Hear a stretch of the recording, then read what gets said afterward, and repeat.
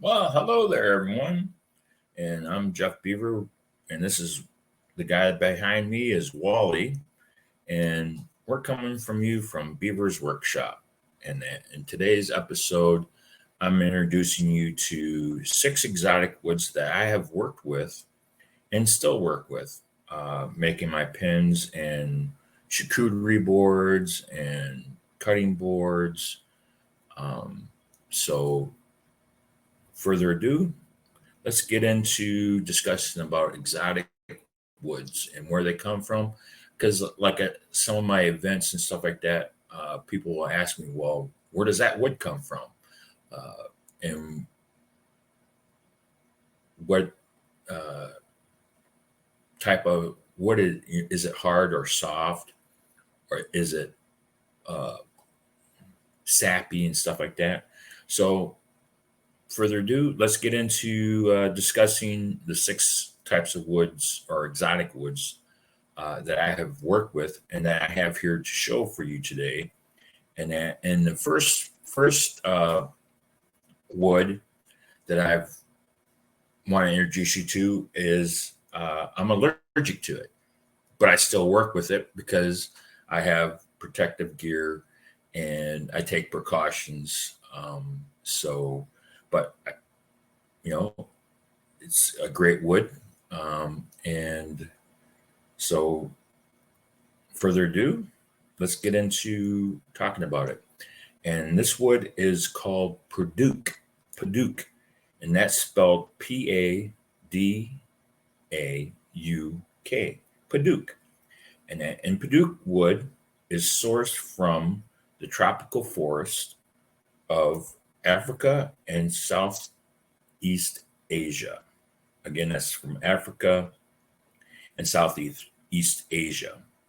And it's known for its vibrant oranges and red hues, which is colors and that. So, and it's very durable wood. So that means nice hard wood. Uh, and like I said, each blank that I work with, um, it it's stunning to work with because of the vibrant colors and that. And the tree name is I'm going to spell it out for you because I can't uh, say it. So it's PTEROCARPUS,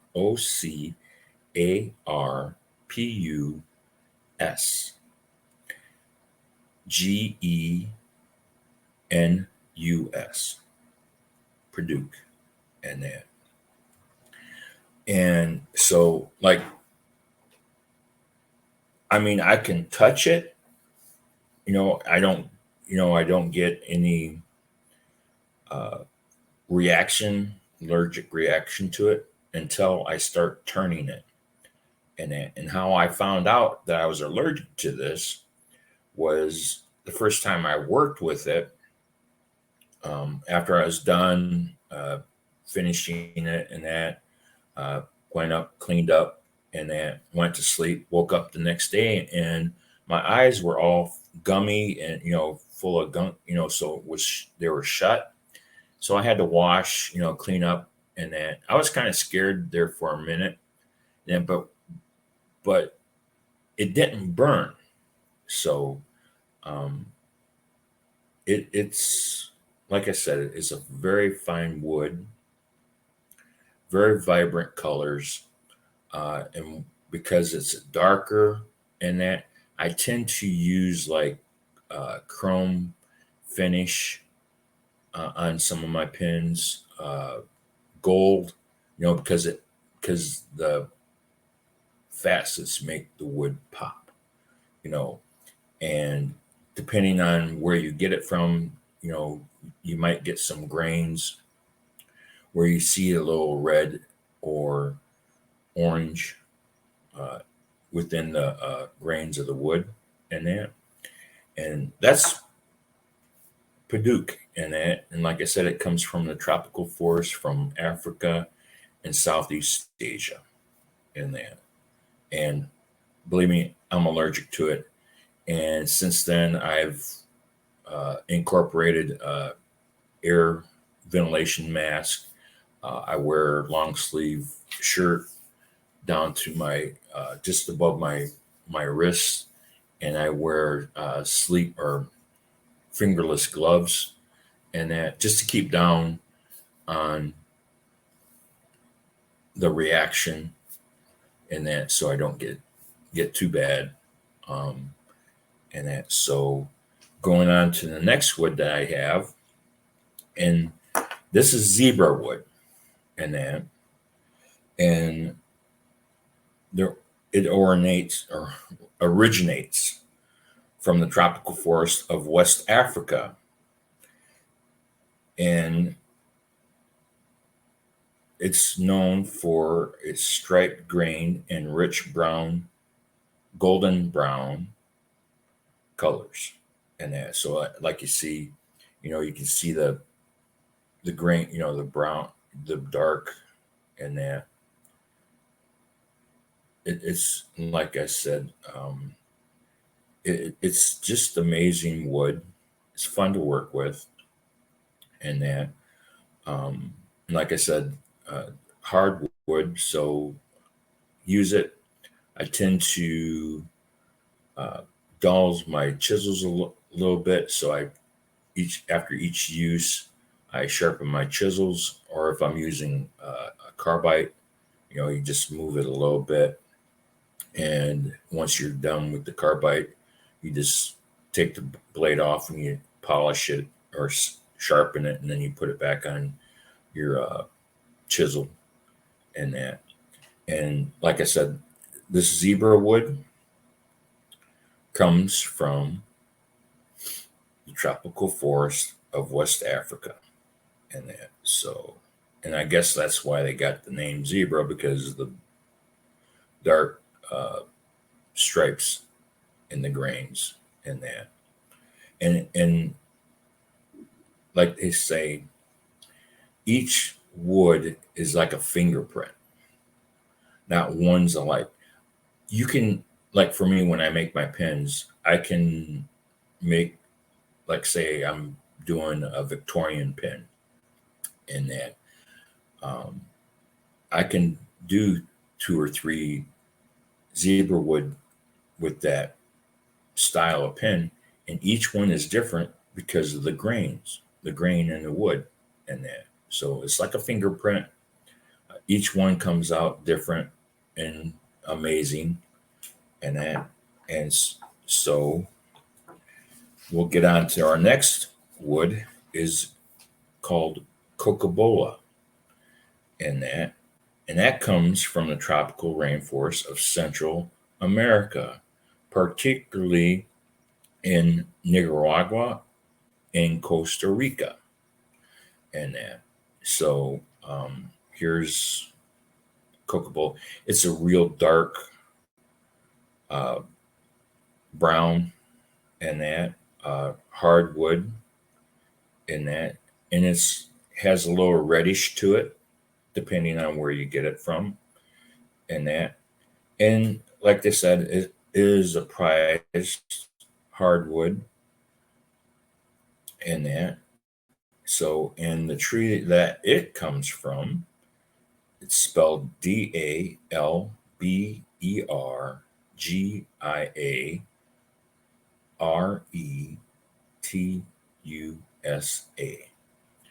And that's, like I said, I wouldn't even know how to start pronouncing those words. Don't want to butcher them for you. And that, you know, it's just amazing when you're working with exotics and that, um, because as you turn it and you get into the grains and you sand it and then you polish it, depending on the different styles of polish, which is another episode that I'll get into, sanding, polishing, finishing, and putting together the pins and stuff like that. And I usually look at the blank and say, oh, you know what?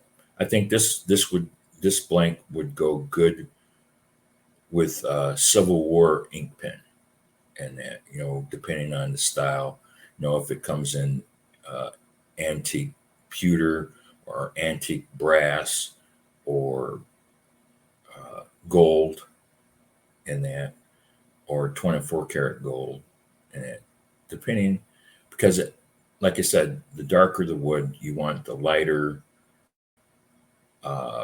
facets, and that, because it makes the grain, or makes the wood, that pin, just the wood in the pin just pop, and catches the eye, and then people would ask you, well, what type of wood is that?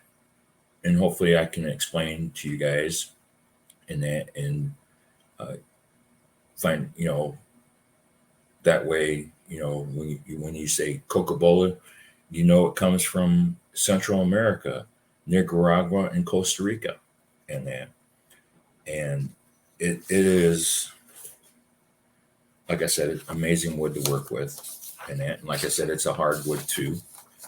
And my next wood that's coming up, it's Bethlehem wood, or Bethlehem olive wood, and that, and it is harvested from the ancient olive trees in the historic groves of Bethlehem, and that, just to let you know, these are the wood that comes from there.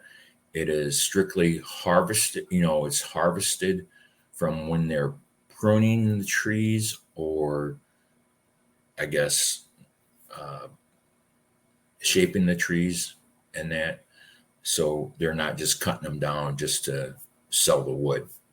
It's they have to prune it, and to make sure that they stay healthy, and that, and it's known for its rich colors, warm and relaxing color grains, and that, and like I said, it's from Bethlehem, and it's an olive wood, and the wood carries a deep historical and spiritual significance in that. Like I said, here's one. Here's one. It's kind of hard to see, in that, and here's another one, and the grains are different, in that. And then when I order my Bethlehem wood, and that, it comes with a certificate of authenticity, saying that this is from Bethlehem and it's olive wood, and it tells them that it's harvested, and from when they're pruning the trees or trimming the trees, and that, and very, very fun wood to work with, hardwood too, and that, and it is, like I said, it is spiritual. Comes from a historical, biblical area, and that, and it's fun to work with. And that's getting on to the next one, and that, and it's called marble wood, and that, um, here's a blank, and that, and it comes from the tropical forest of South America, partic- basically from Brazil and the other rainforest area is Guyana,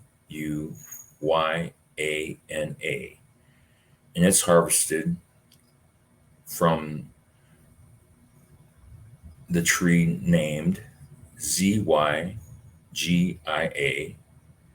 and Racemosa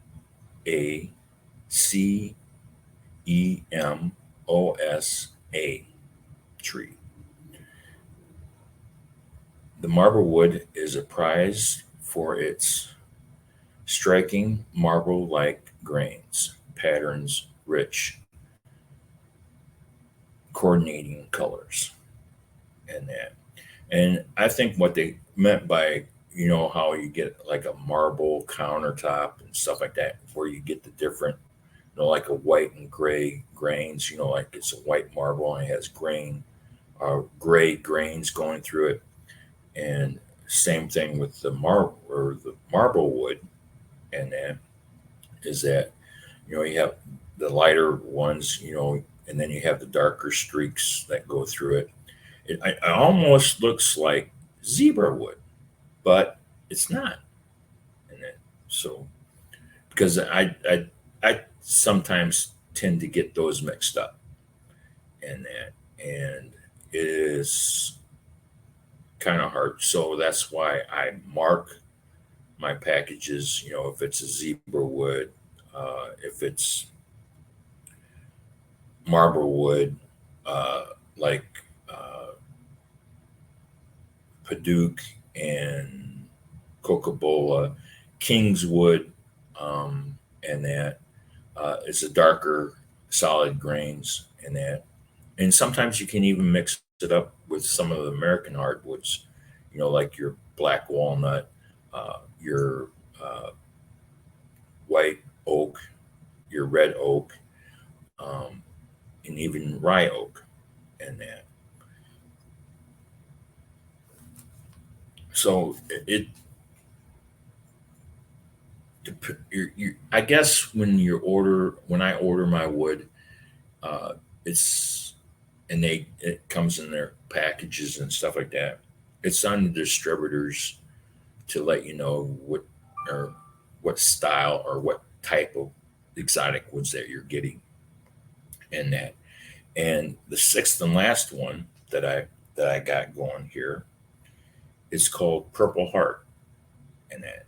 And uh, as you can see, I like purple, and that you see my name's in purple. This banner down there for you individuals that want to get in contact with me. Beaver's Workshop has my phone number down there, and it has my email address, and it has a link to go to my Facebook page, and that. So, and then towards at the end, I'll have another where you can get the information and write it down, seeing that the streamer's going a little bit fast. But here's Purple Heart, and that, and um, as you can see, it's a solid wood, and that. And as you turn it, and sand it, and that, I mean, it's you can do uh, the finish to where it can be a light purple, if you want a lavender purple, or if you want to have a darker purple, and that. Very fun wood to work with, and that very hard wood. Have to, sometimes depending on what style of pen I use, and that sometimes uh, through the process, I might have to sharpen my chisel, and before I get into the sanding, and that, and uh, the Purple Heart wood, and that it hails from the last tropical rainforests of Central America and South America, known for its stunning natural purple and tree, and that I might have to do some look up to actually get the name of the tree, and that next time, and that for my next exotics. Like I said, there's so many exotics out there, um, that wood turners, and that, and and not just, like like for turning ink pens and stuff like that. You can use this in your cutting boards, your uh, charcuterie boards. You can do like an inlay, uh, and it, because once you seal the wood on the charcuterie board or cutting board, and that, and then as long as you keep proper maintenance on it, and that, like for me, I know I'm allergic to it, and that, so once it's sealed, and that, it's really hard, um, unless you're allergic to the finish, or and that's another story, and that, so hopefully you learned a little thing or a little bit about exotics and the six woods that I use, and that, and hopefully you enjoy it and enjoy the episode, and that, don't hesitate to drop a line, or if you have more questions about different types of the exotics that I have here, or how I get the Bethlehem olive wood, and that, be more than happy to uh, get you that information, and that. So thank you for stopping by. Me and Wally really appreciate it. You have a great day and be blessed. All right.